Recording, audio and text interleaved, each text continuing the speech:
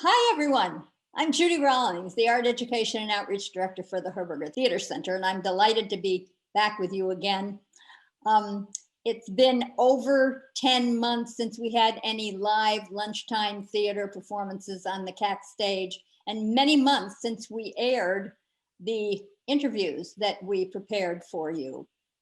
As many of you probably know, we interviewed the directors whose shows had to be postponed because of the pandemic. And we also interviewed some wonderful staff members whose contribution to lunchtime theater has been very, very important. And there are two interviews that have yet to be aired. And today you're going to be have a chance to visit with the amazing Drew Templeton. Now, we will get to that in just a couple of minutes.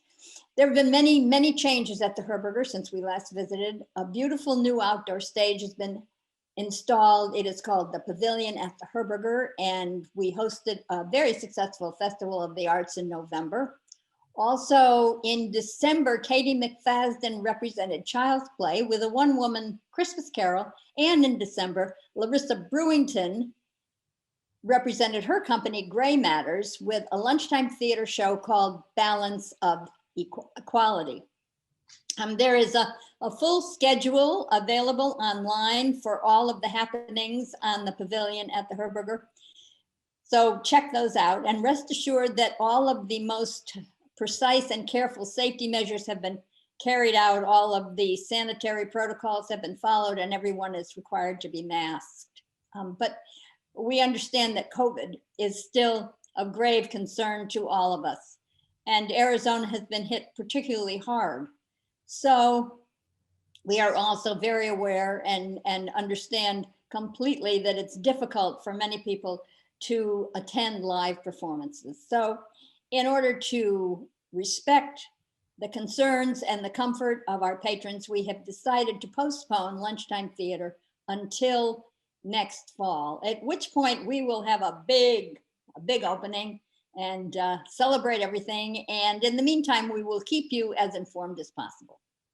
One of the other changes, and not a happy one, is that Mary Robinson has gone on to pursue other things. She is returned to full-time teaching. And while we are very sad to have lost her, St. Francis School, the sixth graders and the faculty are very happy to have her, as they should be. But the happy side of that for us is that right here is the lovely Ellie Broder, who is now taken over for Mary Robinson. Can you say hello, Ellie? Hi, everybody. Ellie was our intern a couple of summers ago. She came to us after graduating from college, and she immediately, it was very, very clear, this is a very special young lady. She has all kinds of amazing and forward-thinking ideas, and she's kind of a workaholic in the very best possible way. So let's talk to Ellie for a minute. I have a few questions for you, Ellie. So you graduated from ASU West, Mm-hmm. Well, ASU, and your degree was what? Interdisciplinary Arts and Performance. Right. What did you enjoy best about your college career, your studies? Because it was mostly just about training artists and being diverse in their abilities, there was a lot of freedom, and the instructors were basically there to kind of catch you and warn you and guide you, but there was a lot of self-starter energy. And I feel like I definitely made some really wonderful relationships with Charles St. Clair and Chris Haynes, who are both still very important to me as theater people and as mentors. And I wouldn't have met them without ASU. Fabulous. How wonderful. Let's see. What would you say is the most memorable thing you have done since you graduated? I think my long-standing relationship with iTheater Collaborative, like I've been with them for a couple seasons and they've become really important to me. And the work that we've gotten to do together and the fact that I do have Chris Haynes and Rosie Close as these mentors. It is very similar to ASU in that I can experiment as a projection designer or as a sound designer, as an actor, stage manager, whatever they're asking me to do. And I know that they'll be there to refine it, or if I have any questions or something like that. And the stuff that I've done with iTheater has given me the confidence to do the other things that I've pursued that maybe felt braver. Wonderful. They are a wonderful company. The Herberger is really fortunate to have them as one of the resident companies. And Chris is wonderful. I mean, I've worked with Chris forever and don't know what I'd do without him. So that's great. Same. Let's see, where am I? Oh, yes. Do you have any ideas for expanding lunchtime theater? I definitely want to open it up to homeschooling communities. I would definitely like to see some other companies join the companies that we have. Lunchtime theater is really special and it's community. And if there's a way to preserve that moving forward while experimenting, then I think that sounds really great. Good for you. That's wonderful. Well, okay, we will leave Ellie for the moment and go on to our interview. And because these interviews were recorded several months ago, you get one more chance to visit with Mary Robinson. Thank you.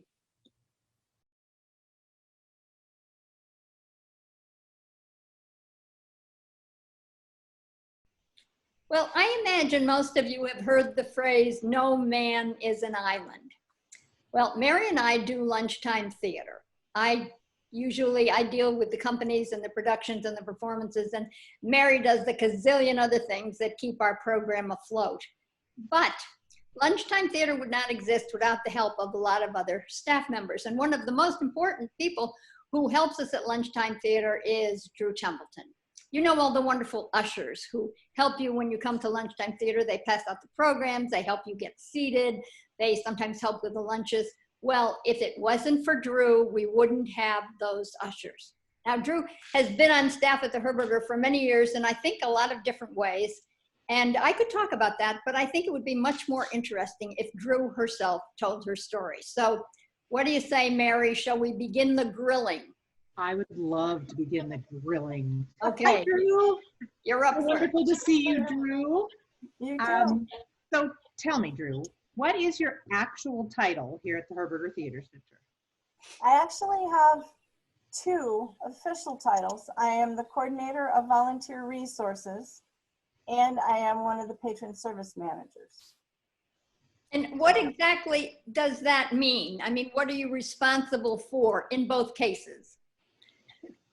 Okay, so as coordinator of volunteer resources, I'm responsible for recruiting, training, and staffing normally 20 shows a week in 3 theaters with volunteers, most of whom usher our performances. As patron services manager, I run performances from the front of house. So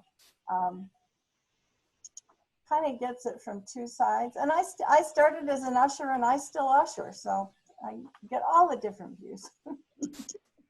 Well, have you had any other positions or responsibilities at the Herberger since you've been there, and what did they entail?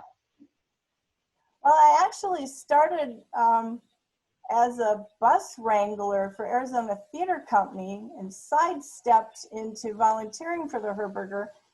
And I was around so much, they're like, well, why don't you work here? And I was, nobody asked me. So they asked me and I got hired to house manage school shows. And then Judy kind of swiped me and had me as the house manager for lunchtime theater, which meant I sold the tickets long before we had box office stream yet. I was selling the tickets and helping her run the shows. That was even before you came, Mary. Oh, yeah. So how long actually have you worked for the Herberger? This is my 28th season. Wow. Actually, Luke, I think you talked to Luke last week or in one of your interviews, Lucas. And Yeah. he remembers coming as a student in high school to a school show for Arizona Theater Company when I was house manager. Wow, So we go way back. great. So Drew, tell us a little bit more about you, your history. What did you do before you came to the Herberger? Well, it's kind of a crazy quilt. I started out with a degree in creative writing poetry. That kind of segued once I got to the Herberger, and I've actually written 4 plays that were done at lunchtime theater over the years. But before I got to the Herberger, I taught English. I worked for a window and door wholesaler. I was a professional meeting planner for 14 years. And then while I was working for the airport Hilton as a booking coordinator for catering and events, I encountered some young people that were in their 20s that worked in our office that had never been to a play or a symphony, and they were proud of it. They're like, oh, that's for old people. And I was horrified. It's like, well, if you don't start going now, there won't be any old people to go by the time you're old people. So that really kind of got into my head, and I had the opportunity to start volunteering for Arizona Theater Company with a friend, and she dropped out after about 2 times, and I'm still there. I still volunteer for them, and I started doing season ticket mailing with them, and then segued over into running their auditions every year. This is the first season in 28 years I have not helped with their auditions, which are on like this, their video this year. So when I was at the Hilton, I was doing catering and doing meetings, and I got really burned out. And so I left to work on a novel, which never actually, well, I've got like 150 pages stashed somewhere. But I was started sitting home and got involved in theater. And like I said, I was started doing it so much, they're like, well, why don't you work here? So I did. Well, I know that you are a woman of many skills over and above all these other things that you have done. But can you, tell us about some of those other things, other skills that you have? At the theater or other stuff? No, in your life outside of the In my theater. life? Yeah. Well, Todd and I have been rescuing dogs for, well, we've been married 35 years now. So we've had, I think, 14 rescue animals over that time, mostly dogs, because we discovered he's allergic to the cats. So we've had as many as 5 dogs and 2 cats at one time, and we're down to 2 dogs at the moment. I'm an avid reader. I love music. I volunteer in the theater a lot when I'm not working. I'm an adjudicator for the Arizona Awards, and I volunteer at Theater Artist Studio. I used to work for Actors Theater, Black Theater Troupe, Child's Play. So I do a busman's holiday frequently. And I'm a patron. I love the opera and the ballet and museums. My parents started taking me to museums and historic sites on vacations when I was a little kid, and that's kind of the way I've just kept going. Don't you do like, you guys are into cooking and herbs and stuff like that? Yeah, I love gardening.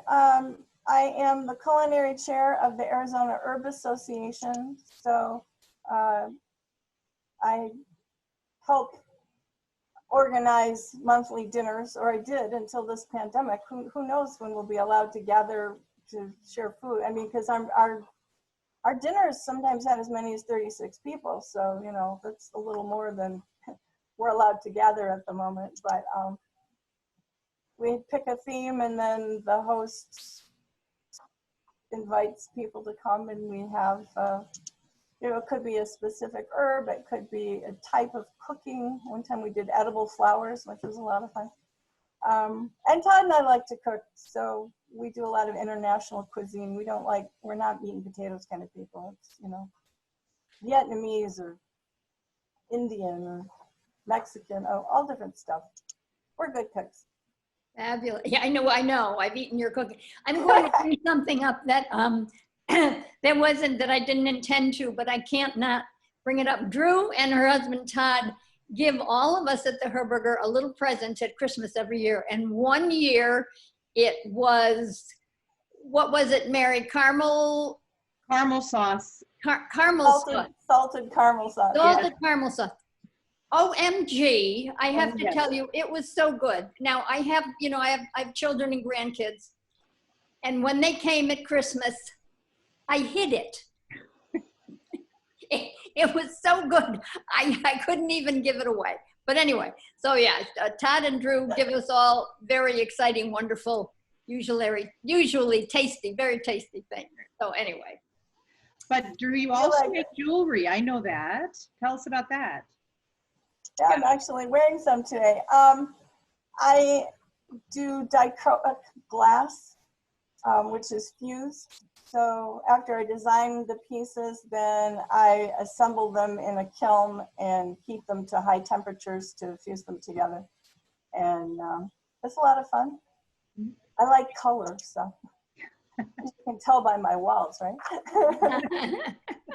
Somebody told me I was very brave because I had something other than white walls in my house. It's like, I don't know why it's brave. I couldn't stand to be just plain vanilla. Right. Well, you are a Renaissance woman indeed. Oh my goodness. I'm so impressed with everything that you do. So Drew, thank you. Thank you so much for all that you do for the Herberger. I mean, and the ushers adore you. I'm sure you know that, but they talk about you like, you know, you invented sliced bread. And you're very kind to them and they love you for it and they do a great job because of you. So thank you for that. And thank you for this interview. And Mary, thank you. Thank you. Take care of yourself. And, you know, Drew is indeed an amazing poet. So I thought it would be appropriate if she would read her poem called Balancing Act to us. And it's about what we're dealing with in the world today. So Drew, would you read that to kind of take us out? Okay. It's called Balancing Act.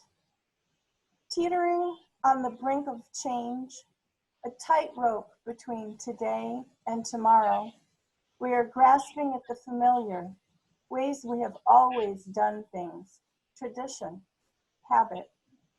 Cross over to the new normal. We are responsible for our actions, our impact on our family, our neighbors, on those we encounter in passing. Perhaps the world is teaching us to move forward, to let go, to relearn kindness, community, togetherness. Share joy in what's around us. Birdsong in a blue sky, a phone call from an old friend, the neglected rose bush blooming pink anyway. Learning to knit, a sunset from an apartment balcony, cooking grandma's recipe, a kiss. Music. Find your balance. Stay strong when we awake from the nightmare to a new world. Beautiful. Thank you, Drew. That was just really special. Thank you, everyone. Take care. Stay safe. Stay cool. Bye-bye. Bye.